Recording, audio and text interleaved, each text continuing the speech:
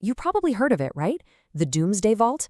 The name itself sounds like something straight out of a movie, this last resort bunker just waiting for the world to end.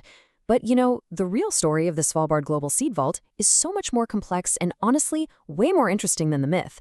So let's dive into what this place really is and why its first huge test had absolutely nothing to do with the apocalypse. And here it is. I mean, look at that. It's literally carved into a frozen mountain on the Norwegian archipelago of Svalbard, only about 800 miles from the North Pole.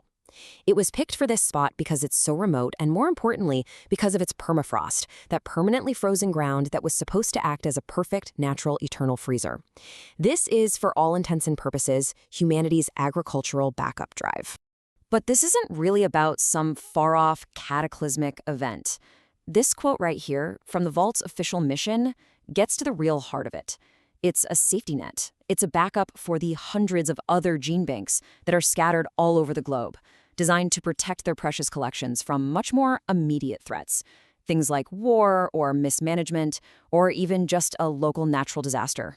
The original vision was just so simple and powerful. Build an absolutely impregnable fortress for biodiversity, a place that could, and this was the idea, operate without the help of humans and last for eternity, safeguarding the raw ingredients of our entire food supply against literally anything the world could possibly throw at it. But here's the thing.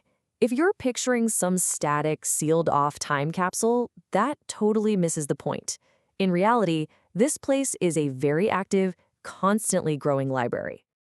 Just look at this number. As of late 2024, the vault is holding over 1.3 million unique seed samples. I mean, just let that sink in for a second. That's 1.3 million distinct varieties of food crops.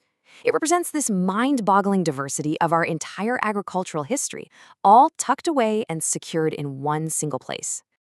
So where do they all come from? Well, they're from 123 different institutions all around the world. This isn't just one country's project or one organization's pet project. No, this is a massive, coordinated global effort built on trust and cooperation. And its importance is only getting bigger. In 2024 alone, a record 21 new gene banks made their very first deposits. This shows you the vault is more relevant today than it has ever been. Now, what's really fascinating about this list is just how diverse it is. Of course, you've got national institutes from places like Chad and Papua New Guinea, alongside groups from Kazakhstan and Bolivia. But look closer. You've also got the Union of Agricultural Work Committees in Palestine, and, this is amazing, the Paiwan indigenous community in Taiwan. Their deposit of foxtail millet is this huge recognition that crucial agricultural knowledge is also held by the communities who've cultivated these crops for generations. It's a pretty profound shift, It's not just about institutions anymore. It's about protecting living, breathing cultural heritage. And this chart just brilliantly shows you the structure of all that cooperation. So yeah, international research centers are the biggest single depositors, but national gene banks and universities contribute almost 40% of the entire collection. It truly is a global partnership, from these massive institutions all the way down to smaller but absolutely vital NGOs. Okay, so we know seeds are constantly going in, but what happens when they need to come out? Well, the vault faced its first ever real-world test, not because of some hypothetical doomsday scenario, but because of a very, very real crisis. So here's the story. The International Center for Agricultural Research in the Dry Areas, or ICARDA, had this incredibly important gene bank in Aleppo, Syria. But as the conflict there escalated, they just couldn't operate it anymore. So in 2015, they made the first ever withdrawal from Svalbard. They took their backup seeds to new facilities in Morocco and Lebanon, they grew them, and then by 2017, they started redepositing freshly grown seeds right back into the vault. The safety net worked. It worked perfectly. And that's really the crucial point here. The vault has already proven its worth. Its first real test wasn't some far-flung future apocalypse.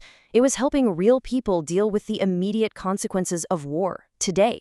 So the system worked. The vault had proven it was the perfect backup plan. But then, it faced a threat from the one thing it was quite literally built to withstand: our changing planet itself. So, is it the perfect failsafe? For a little while there, it absolutely seemed like it was. And then, in 2017, the impregnable fortress was breached.